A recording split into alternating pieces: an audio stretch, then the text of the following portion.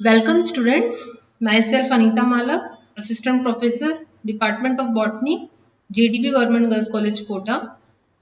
आज जो हम टॉपिक पढ़ने जा रहे हैं वह है structure and function of Golgi bodies. सबसे पहले आप अपना सिलेबस यहाँ पर देख लीजिए। बीएससी बॉटनी पार्ट 1 और जो मैं पेपर पढ़ाने जा रही हूँ वह है paper 3 cell biology, genetics and plant breeding. बच्चों, इसमें जो बुक्स आप ले सकते हैं पीके गुप्ता की और textbook of cell and molecular biology and PK Gupta की ही जेनेटिक्स, ये हिंदी में भी उपलब्ध है। इसके अलावा चाहे तो हिंदी मीडियम वाले स्टूडेंट सीबीएच जो बुक है, सीबीएच पब्लिशर की जो बुक है वह भी प्रिफर कर सकते हैं। नाउ हम पढ़ते हैं गोल्जी बॉडी। गोल्जी बॉडी क्या है?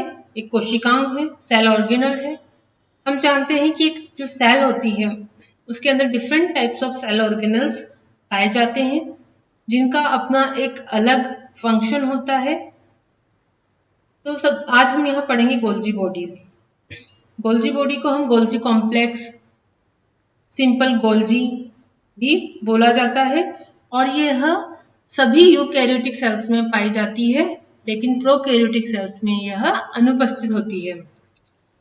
It was identified in 1897 by Italian scientist Camillo Golgi और उन्हीं का नाम पर इस कोशिकांग का नाम गोल्जी बॉडी रखा गया है।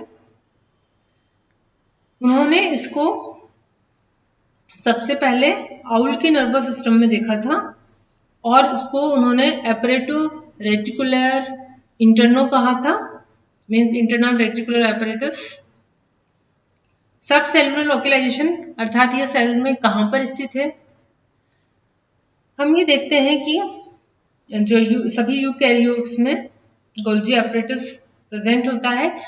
तो अगर हम मेमल्स में देखें या फिर एनिमल्स में हम देखें तो इसकी जो पोजीशन होती है वह very close to cell nucleus and close to centrosome. और अगर हम प्लांट्स में अगर देखें तो यह कोई सेंट्रोसोमल रीजन में नहीं होता और यह विस्तृत रूप में पाया जाता है। अर्थात ये समझिए कि जो एनिमल्स होते हैं उनके अंदर जो गोल्जी होता है, गोल्जी बॉडी जो है वह स्टैक्स के रूप में कॉन्सेंट्रेट होती है, लेकिन प्लांट्स के अंदर वह विस्तृत यानी बिखरी हुई अवस्था में दूर दूर पाई जाती है। लेकिन जो मेन अगर हम गोल्जी बॉडी का लोकलाइजेशन देखें कि वह उसकी स्थिति क्या है तो यह हमेशा ईआर के नजदीक ही आपको मिलेगी। एंडोप्लाज्मिक रेटिकुलम यानी ईआर, यह भी एक सेल ऑर्गेनल है। इसके बारे में हम लेटर जो हमारा लेक्चर होगा उसमें हम पढ़ेंगे। तो मेनली गोल्जी बॉडी की जो पोजीशन एक सेल में होती है वह एंडोप्लाज्मिक रेटिकुलम यानी अंतःप्रदेवीय जालिका के नजदीक ही स्थित होती है। एनिमल्स में ये कॉन्सेंट्रेट अवस्था में पाई जाती है और जबकि प्लांट्स में यह विस्तृत यानी डिफ्यूज्ड अवस्था में पाई जाती है। हम इसकी स्ट्रक्चर देखें तो स्ट्रक्चर में हम ये देखते हैं इलेक्ट्रॉन माइक्रोस्कोप द्वारा जब गोल्जी कॉम्प्लेक्स को हमने देखा तो ये तश्तियों से बनी हुई सेक्स ऑफ प्लेट जैसी संरचना दिखाई देती है।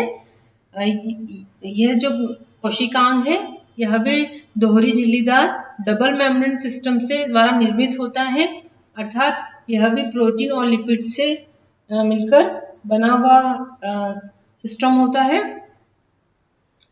तो हम यहाँ देखते हैं कि जो यूकैरियोट्स के अंदर जो गोल्जी कॉम्प्लेक्स होता है वहां पर कई लंबी थैलेनुमा नलिकाकार तश्त्रियोनुमा संरचनाएं होती हैं जो एक के ऊपर एक समांतर रूप से व्यवस्थित होती हैं, स्टैक्स ऑफ प्लेट्स जिन्हें हम कहते हैं, और इन स्टैक ऑफ प्लेट्स को हम कहते हैं सिस्टर्नी।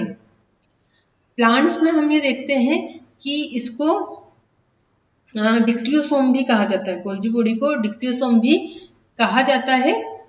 और हम ये देखते हैं कि जो भी गोल्जी बॉडी है इनका जो निर्माण होता है वह किससे होता है? गोल्जी बॉडी का निर्माण ईआर से ही होता है।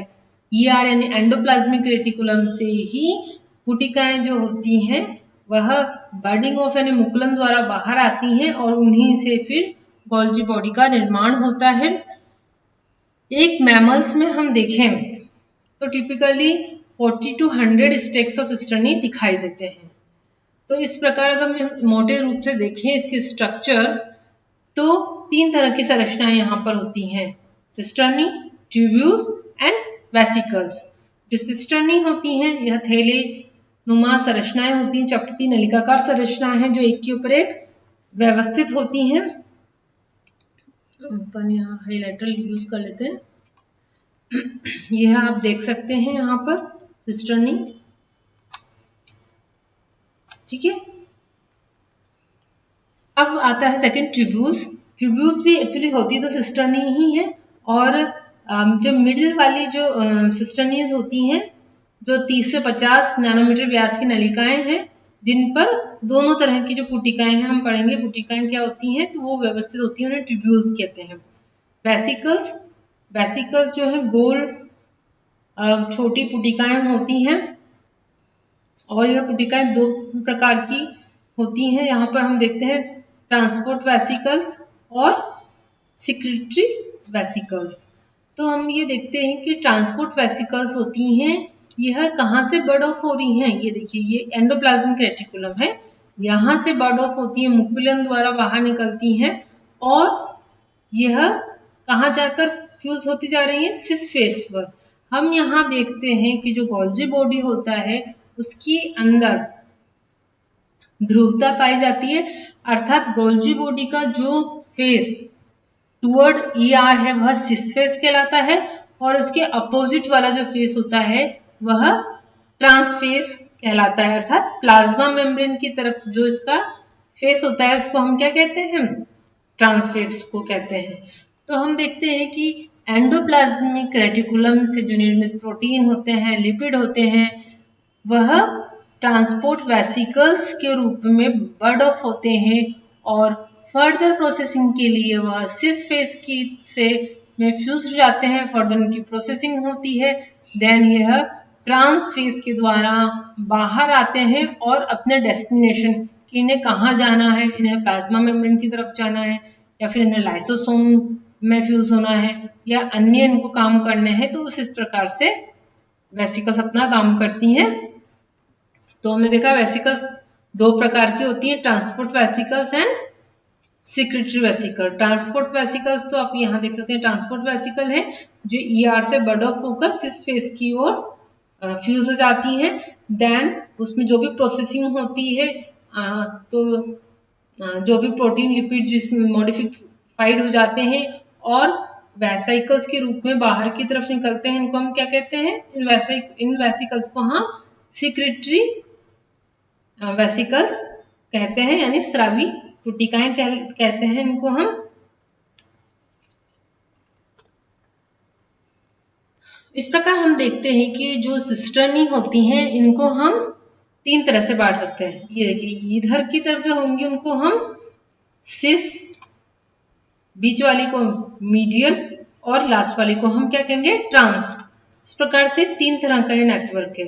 तो मेनली ये जो सिस्टर्नी का जो नेटवर्क है और जो सिस्टर्नी प्लस वेसिकल्स और ट्यूब्यूल्स का जो नेटवर्क है इसको मेनली 2 भागों में बांट दिया गया है। एक तो है cis Golgi network and trans Golgi network. तो सिस गोल्जी नेटवर्क में क्या आएंगी, ट्रांसपोर्ट वेसिकल्स हैं और जो सिस फेस की तरफ की जो सिस्टर्नी है वो मिलकर क्या बना रही है, सिस गोल्जी नेटवर्क। और जो मैच्योरिंग फेस है वहां पर जो उपस्थित जो गोल्जी सिस्टर्नीज हैं वह और जो सिक्रेटरी वेसिकल्स हैं वह मिलकर क्या बनाती हैं, ट्रांस गोल्जी नेटवर्क बनाती हैं।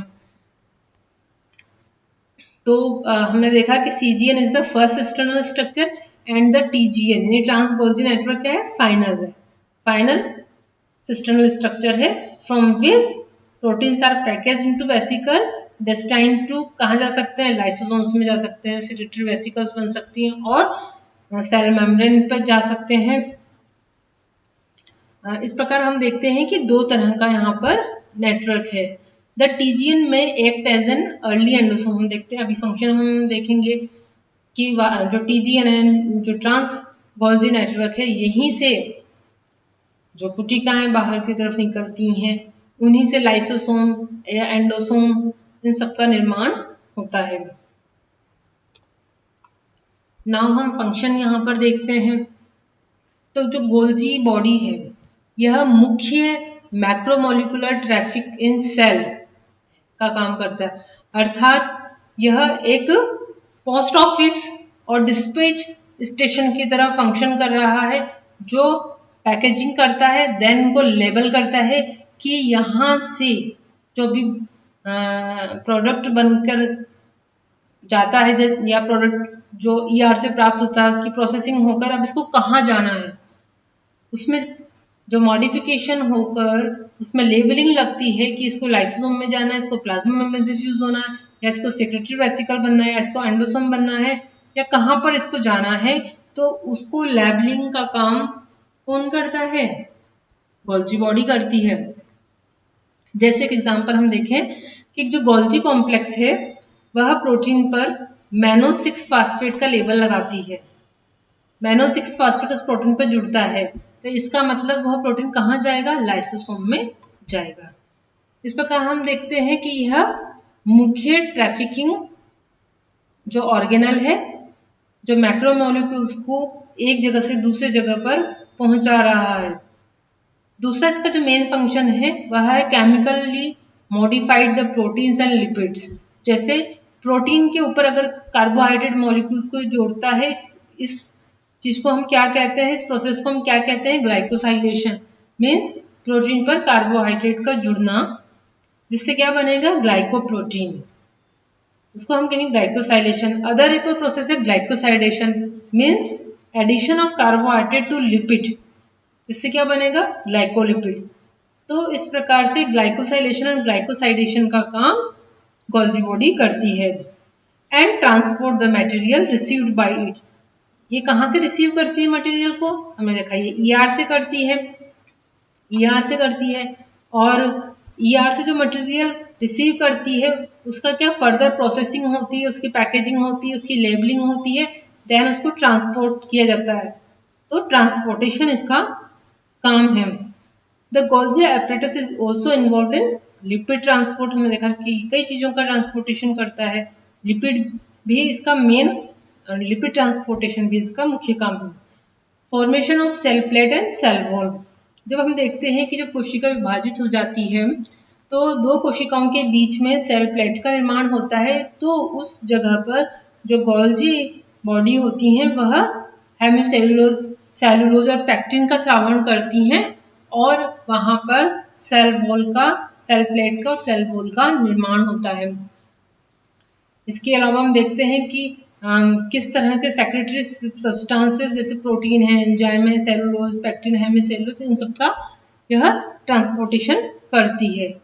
Formation of lysosome and vacuoles, यह भी इसका मुख्य काम है। तो हमने देखा कि यहाँ पर गोल्जी बॉडी जो है कितना इंपॉर्टेंट सेल ऑर्गेनल है, कई इसके मेन फंक्शन हैं। यह principal director of macromolecular traffic in cell है, एक पोस्ट ऑफिस की तरह काम करता है, प्रोसेसिंग करता है, और पैकेजिंग एंड लेबलिंग इसका काम है, ट्रांसपोर्टेशन काम है, केमिकली ये मॉडिफाई करता है। इसके द्वारा जो रिसीव जो भी मटेरियल होते हैं, मैक्रोमोलिक्यूल्स होते हैं, cell plate and cell wall का यह निर्माण करता है, लाइसोसोम्स एंड वैक्यूल्स का यह निर्माण करता है, एंडोसोम का यह फॉर्मेशन करता है।